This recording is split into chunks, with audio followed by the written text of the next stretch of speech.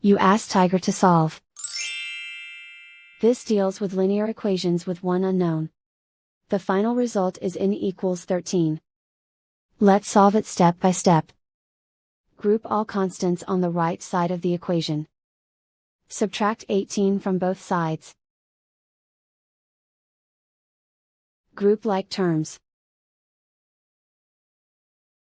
Simplify the arithmetic.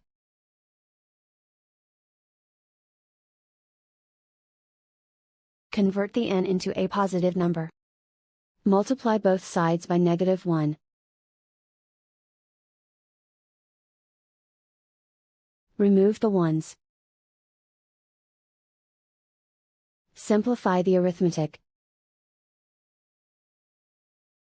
And so the final result is n equals 13.